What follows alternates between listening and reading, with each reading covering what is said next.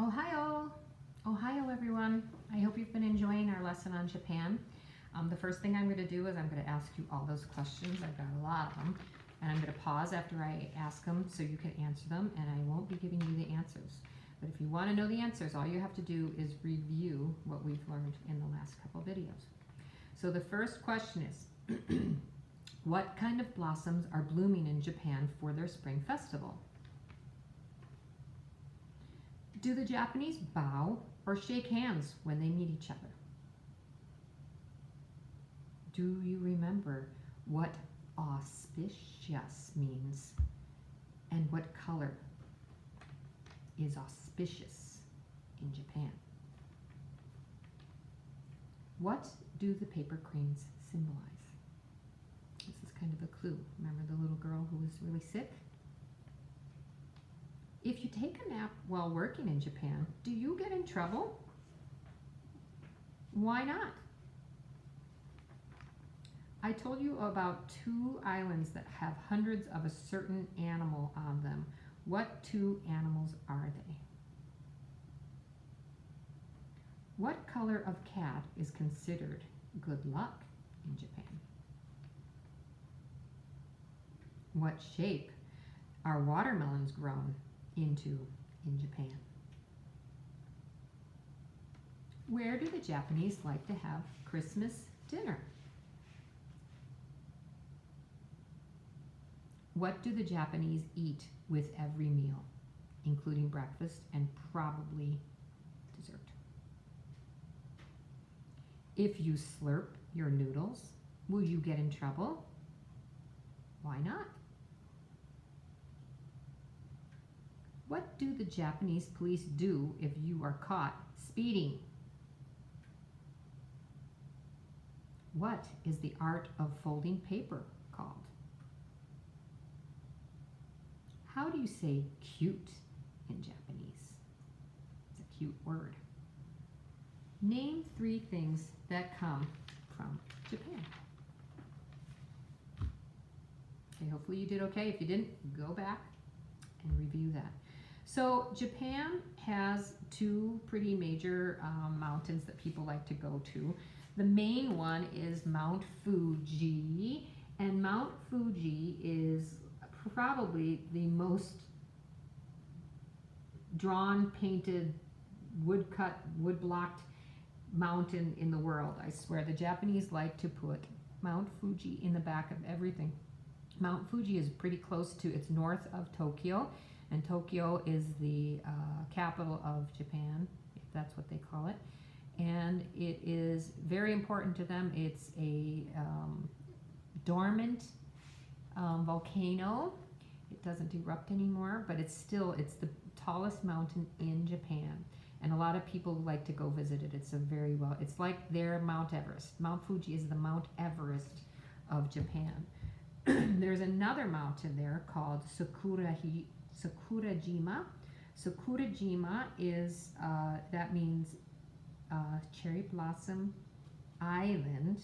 And my son Simon got to go to that island. It is right near Kagoshima, and Kagoshima is to the west of Tokyo. And I'm going to show you a picture of it that he actually took. And he said that the pictures don't do it justice. Oh, I did that before. Free delivery at Digitios if you order there. This is a model of the island where the volcano is on. Now this is an actual active volcano. Mount Fuji is dormant, that means it's sleeping. This is an active volcano. And when I asked him if he went up there to look at it, he said, that probably wouldn't have been a smart thing for me to do, Mom, because I could have erupted and I could have gotten in trouble. But he's a funny boy. I wish you could have met him. He was supposed to be here and help us out. I'm sorry I coughed. I just have a little frog in my throat. So as far as the art goes, I don't know if you recognize this painting. This painting is called The Great Wave, and it is done by Katsushika Hokusai. Katsushika Hokusai. And he was a very famous painter. And did you notice Mount Fuji? And he was an influence to Claude Monet. And this painting was actually up in Claude Monet's dining room. I don't know if you recall that. This part, the wave part, is the biggest, you know, that's the most important part. But I don't know if you can see there's a boat. There's a big, long boat in here, down here, and see it up here. And then there's Mount Fuji. And I don't know, what do you think? I think those boats are heading into some trouble. That's a really big wave. In Japan, they have things called tsunamis, and those are big waves that flood places. It's not any fun. They also do wood blocks. I don't know if you remember, in my tiny house, I showed you a wood block that my mother had done, or she called it a woodcut. One was of Patricia and the lion, and the other one was of Patricia and the giraffes. And I told you she did about 13 of them, with Patricia with different animals like monkeys and flamingos and elephants. She did a whole bunch of different ones that they're amazing. Maybe I'll share those with you. I have pictures of them, the actual woodcuts. But wood blocks were very, very present in Japan.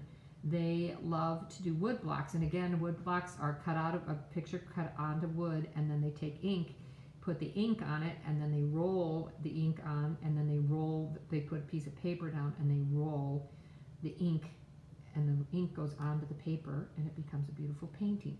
Now, I'd like to point out that you can see cherry blossoms, cherry blossoms, cherry blossoms, and Mount Fuji, Mount Fuji, Mount Fuji, Mount Fuji, cherry blossoms, Mount Fuji, neither Mount Fuji. Now, I would have to say that Mount Fuji is the most painted painting, or the most, you know, of anything in a society. Mount Fuji, they love to have Mount Fuji everywhere they paint it. I'm trying to get my pictures here of Mount Fuji. This one's a really beautiful one of Mount Fuji. It kind of shows you how it's a dormant volcano. These two pictures are pretty cool.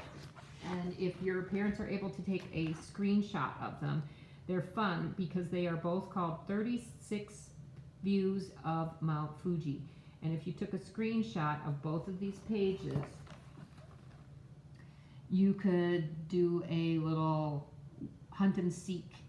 Where is Mount Fuji in all these pictures? It's kind of fun to find them because it is in every single one. It's just, you'll just be saying Mount Fuji, Mount Fuji, Mount Fuji, Mount Fuji, Mount Fuji.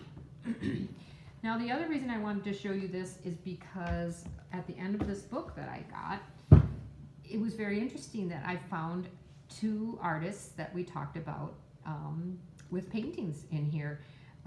Two artists that were influenced by the Japanese, one being Claude Monet, because I told you he really loved the paper that his bulbs would come in for his garden, and he also had that picture by Katsushika Hokusai, the Great Wave, in his dining room, and he was very influenced by the wood blocks, as was Gustav Klimt.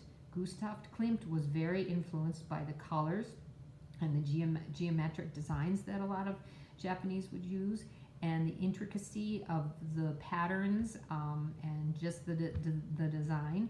And so they were both influenced by Japanese art. Now, before I do that, I've lost my fan. I wanted to show you my fan. I don't think I've shown it to you yet. My fan that my son Simon got for me in Japan. And guess what it's got on it?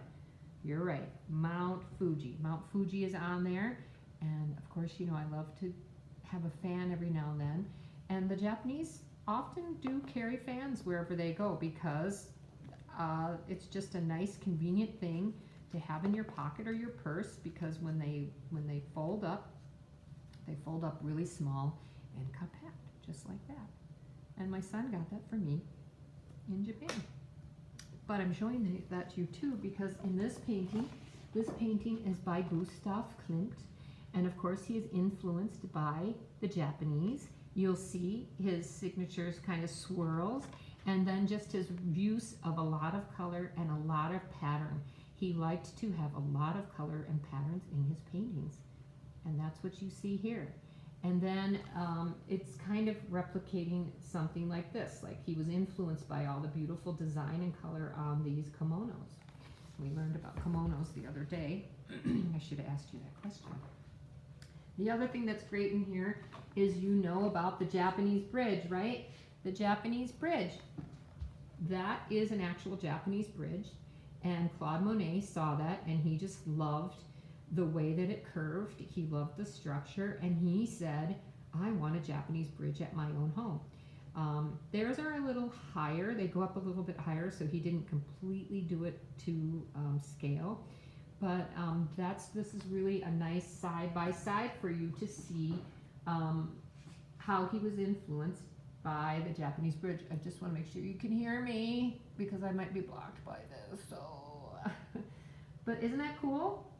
A cool side-by-side. You know this is the painting by Claude Monet called the Japanese Bridge, and this is an actual Japanese bridge. So I thought that was really wonderful that I found that. And then the last painting I'm going to show you is a side-by-side. This is done by a Japanese artist. I don't know if it says who it is. Hokusai School Woman Holding Fan in Kimono. Ink wash and color on paper is what that says. And this was very influenced for Claude Monet. Again, this is a Claude Monet painting. It's not normally a kind of painting that Claude Monet would do, but this is Claude Monet's painting. And you can see that she's wearing a kimono. This is his first wife, Camille. She's wearing a kimono, and she has a fan, and it actually kind of looks like the fan my son gave me. I bet you there's a picture of Mount Fuji on it, and all the fans in the background. And maybe you could explore those. Maybe Mount Fuji's on those too. But he, again, was very influenced by the Japanese, their use of color. And this is a pretty famous painting. I got to see this painting in France. So that's about all I have for you. Next week, I'm going to have a pickup pack for you with your origami paper, your paper crane, 3 coloring sheets, one with sushi on it, one with fans, and one with lucky cats. Like on my lucky cats. Remember, these are the lucky cats with the little paws that go. You probably see those out and about when you go places. And I'm also going to be including your passports, because it's not looking like I'm going to be able to sit down and do passports with you. So I'm going to send them home with instructions. We will have already been past 2 of the entries, so I would really appreciate if you do not go ahead, because you might not know what you're supposed to do. So you should be able to do your passport for your Mount Everest, the drawing of Mount Everest that was a couple videos back. That's one of the passports with a couple of monkey stickers to put in there. And then we've also done our Japan unit. So the Japan page is ready, and that will have a picture of the cherry blossoms that I showed you yesterday that you can color in with pink or in green, or however you want. You do it the way your heart tells you. And we will also have, there will be a little sticker of a paper crane to put on the Japanese entry. I'm not going to tell you what the other ones are. They're coming up. But next week, since we should have been on spring break, I think I might just be doing some science experiments for you to do. I'm going to look up some science experiments that would be easy for you to do at home. Don't forget that you can always do the things that we've done in the past with the Skittles and with the glitter and things like that. If you want instructions, just let your mom and dad ask me. They have my email. And the last thing is, I'm hoping to get together a thing called Zoom, where everybody can come into the Zoom site and we can all be on here like me, but all of our faces would be around the edges of the screen, and we could all see our friends from class. So each class, Monday, Wednesday, Friday, Tuesday, Thursday, and then the afternoon class, I'd like to create a time next week that we can all come on and just giggle and laugh and see each other and say hi. And I'm missing your faces, and I'm sure you're missing each other's faces. So that's what we're going to do next week. All right. So for now, then I say bye-bye.